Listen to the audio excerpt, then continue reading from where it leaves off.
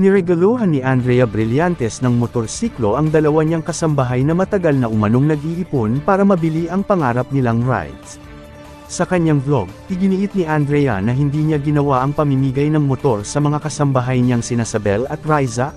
Para sa content, naisip ko lang na i-film siya kasi memories din to for me and Ate Sabel and Riza para mabalik-balikan namin to para next na ibibigay ko sa kanila house and lot.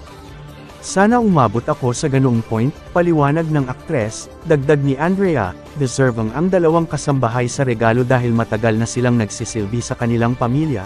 Si Riza yung daughter ni Ate Erna na naging yaya ko na since 4 years old ako. Ate Sabel din naging yaya ko siya na bagets ako, siguro mga 6, say niya. Isang blue Yamaha Aerox ang ibinigay niya kay Riza habang green Yamaha NMAX kay Sabel. Una pang inakala ng dalawa na huhulugan nila kay Andrea ang mga motor. Hindi, bigay nga giit ng aktres.